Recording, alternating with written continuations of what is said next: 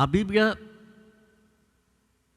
no capítulo de número, no livro de Salmos, no capítulo, Salmo de número 20, versículos 7 e 8, diz assim: Alguns, nem todos, alguns confiam em carros e outros em cavalos. Mas nós confiamos no nome do Senhor, o nosso Deus. Eles, quer dizer, aqueles que confiam em carros, em cavalos, vacilam e caem. Mas nós nos erguemos e estamos firmes. Glória a Deus. Amém. Amado irmão, você sabe que não houve uma única pessoa que tenha desafiado a Deus e que viveu para contar a história. Nenhum. Eu estava lendo a passagem do encontro de Davi com Golias, e algo me chamou a atenção. Eu estou fazendo uma introdução porque eu quero ler um testemunho aqui. Algo me chamou a atenção.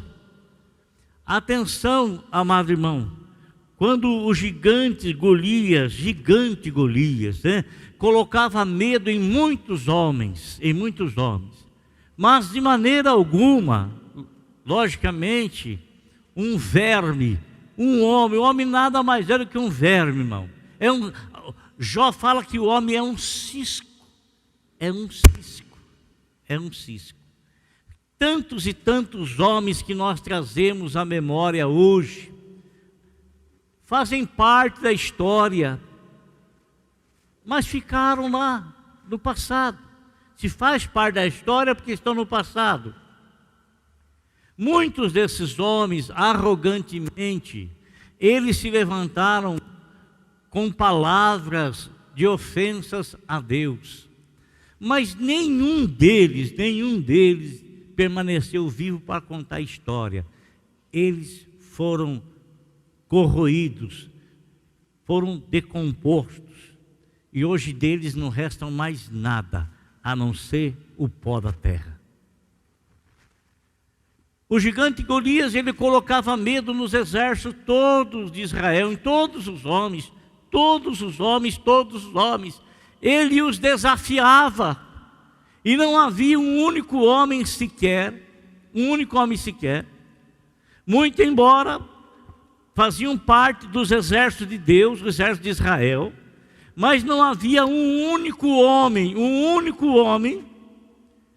que vinha a dispor-se a lutar contra esse gigante, porque o tamanho dele colocava medo, a couraça que ele usava colocava medo, parecia que não havia espaço no corpo dele não havia espaço algum que a armadura dele deixasse para atingi-lo de morte. Não havia. Todas as partes frágeis do corpo havia proteção em todo o peito, nas costas, na cabeça, havia proteção, caneleiras nas coxas, em tudo. Tinha o escudo, além disso tudo. Parecia que não tinha espaço, irmão, não tinha espaço. E ele desafiava, arrogantemente ele ofendia, não apenas o povo de Israel, ele ofendia o Deus a quem o povo de Israel professava crer, professava confiar. Infelizmente,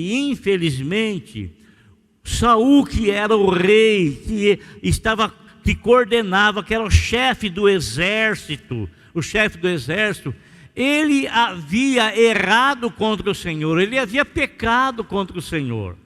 E por ter pecado contra o Senhor, ter feito coisas que não era para ele fazer, Deus retirou dele a proteção. O homem sem a proteção de Deus, amado irmão, ele é absolutamente nada. Ele não é ninguém. Não é ninguém. O homem sem a proteção de Deus, ele não é ninguém, ninguém, ninguém. Foi assim que Saul estava sentindo. Era assim que ele estava sentindo. Era assim também que todos os seus liderados se sentiam.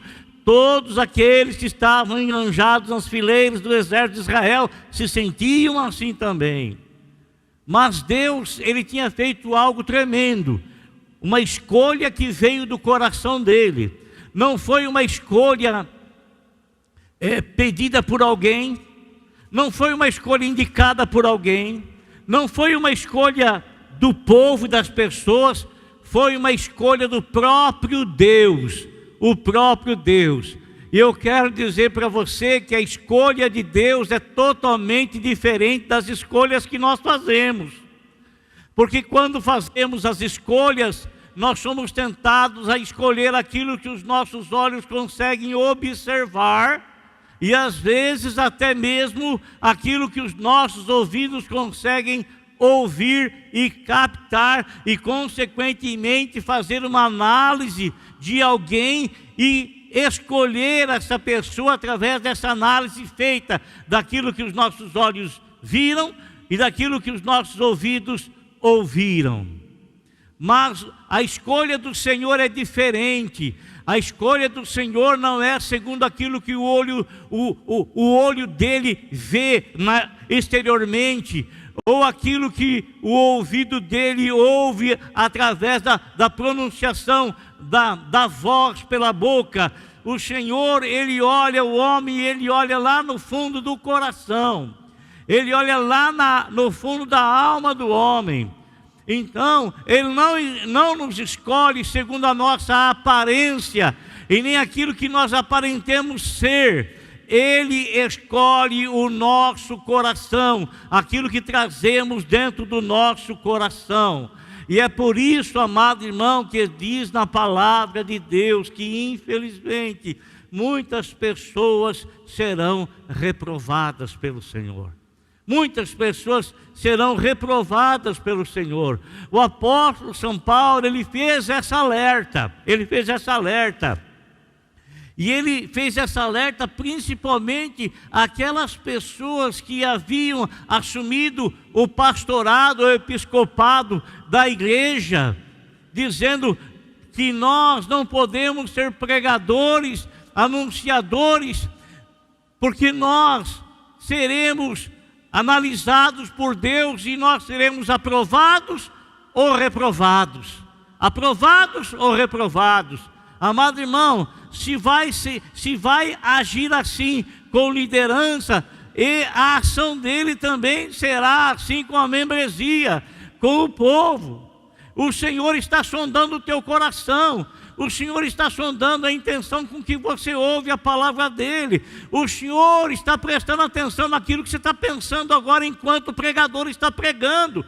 O Senhor está prestando atenção na intenção do teu coração, se você está com integridade ou não.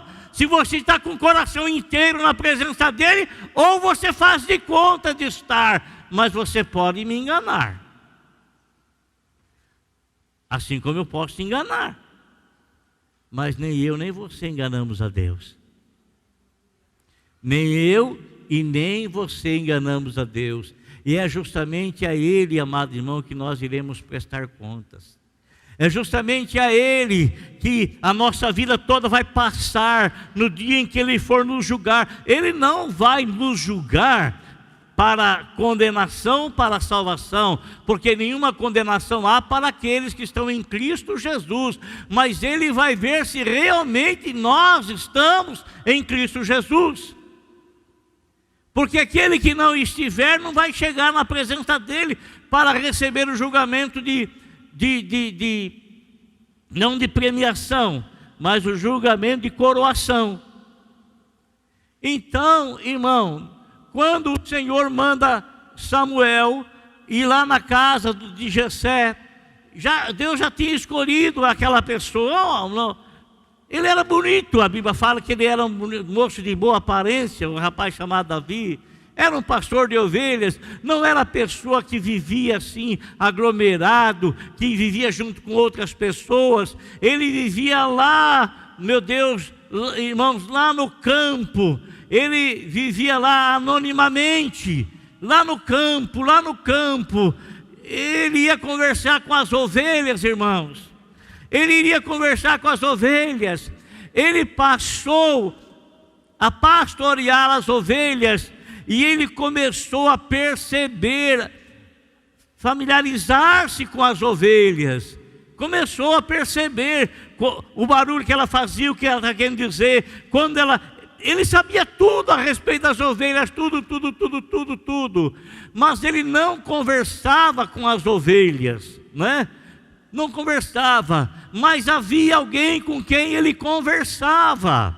Havia alguém, amado irmão, havia alguém. Às vezes você está no anonimato, você está lá no seu cantinho, você está lá na sua casa, você está lá no local do seu trabalho, da sua escola, e você às vezes está lá aparentemente sozinho, e você às vezes não troca uma conversa com as pessoas, mas lá no seu íntimo você não deixa de falar com Deus.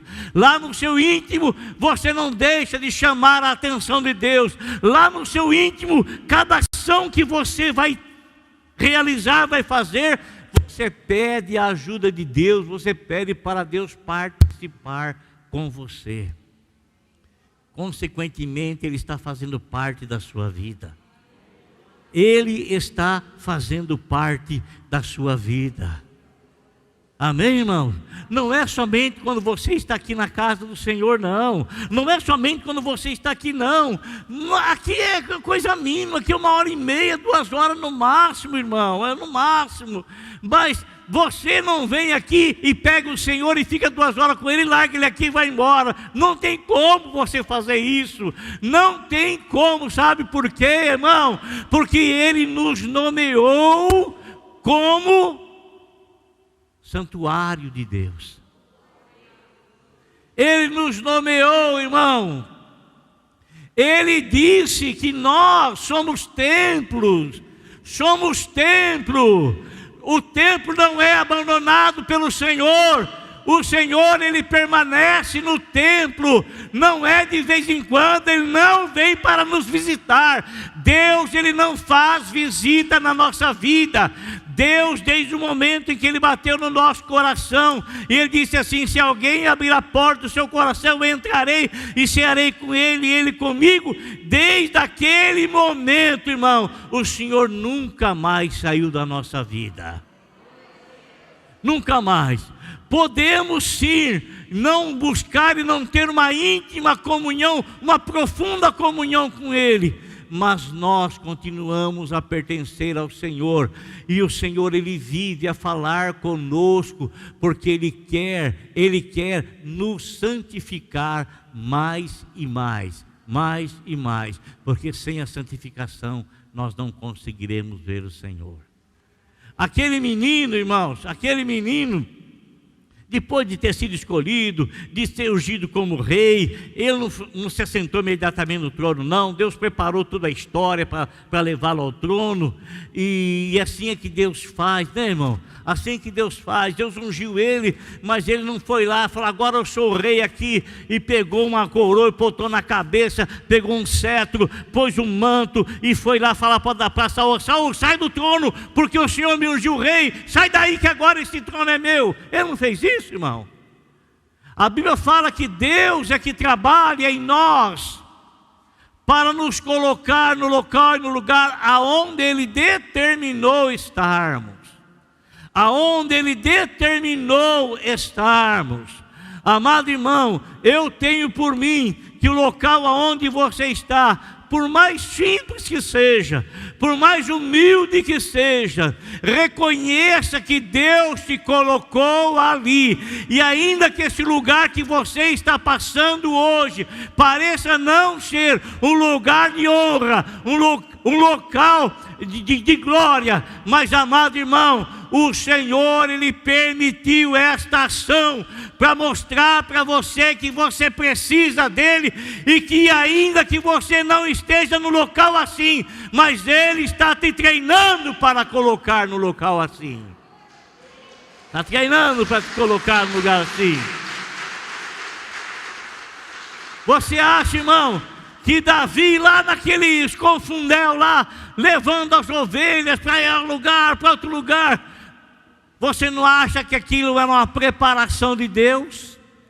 Ele não sabia, mas era. Ele não sabia que ele ia ser rei de Israel. Não sabia, mas o Senhor estava preparando ele para isso. Irmão, olha que coisa interessante. Vou cortar bem aqui para a gente adiantar um pouco naquilo que eu quero chegar. Quando ele vai levar queijo e outras coisas lá para os seus irmãos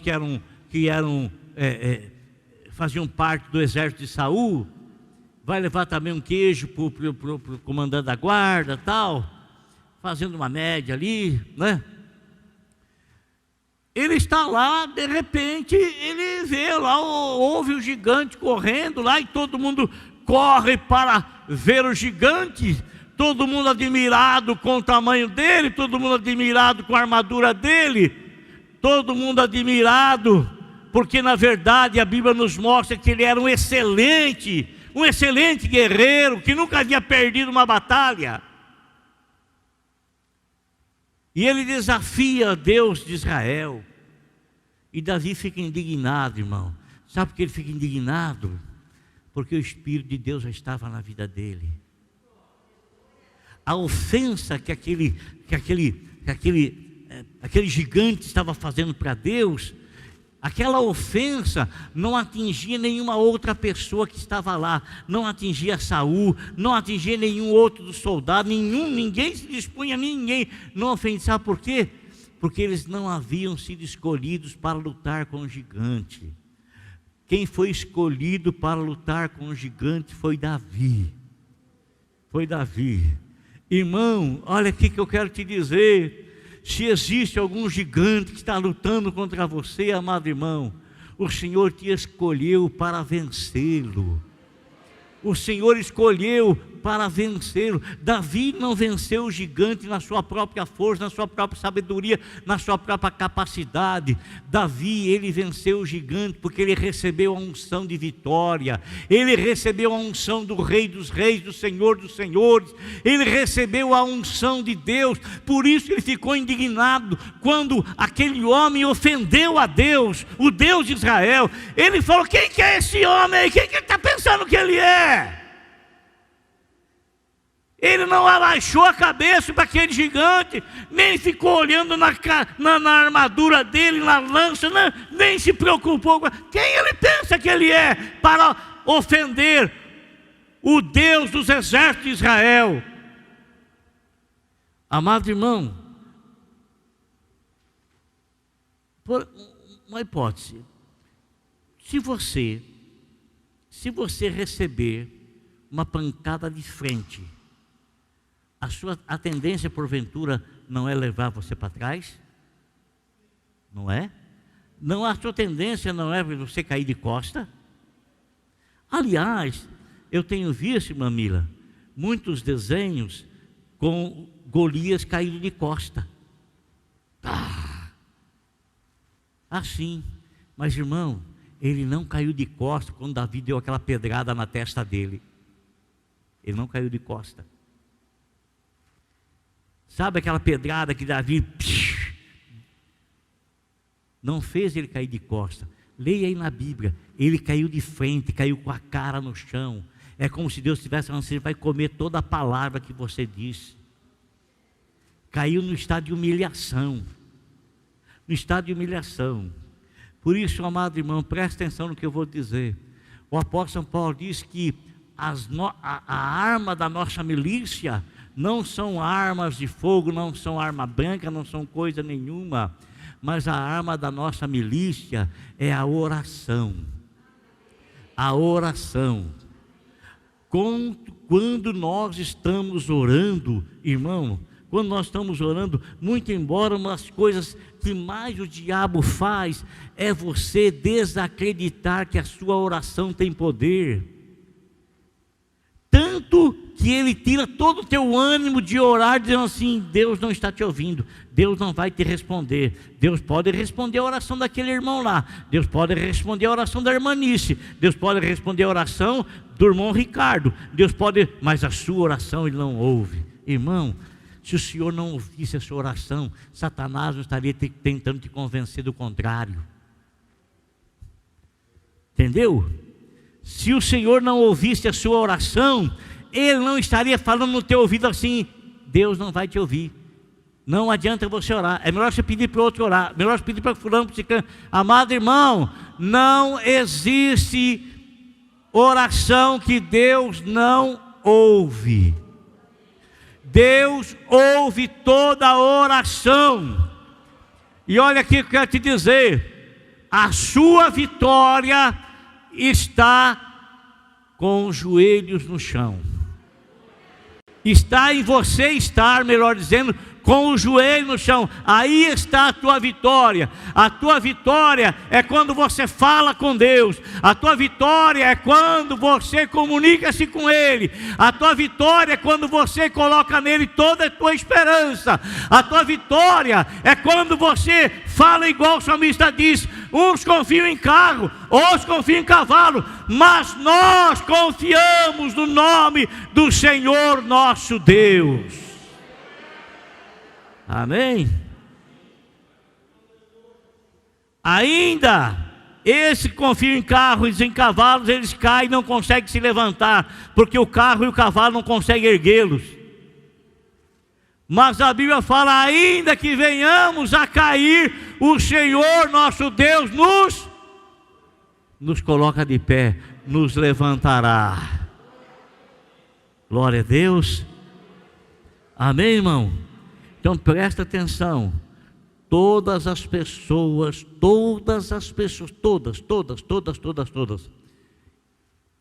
que vomitarem ou falarem palavra contra Deus, você pode ter certeza, eles vão cair com a boca no chão, vão engolir cada palavra, vão ser humilhados, vão ser envergonhados.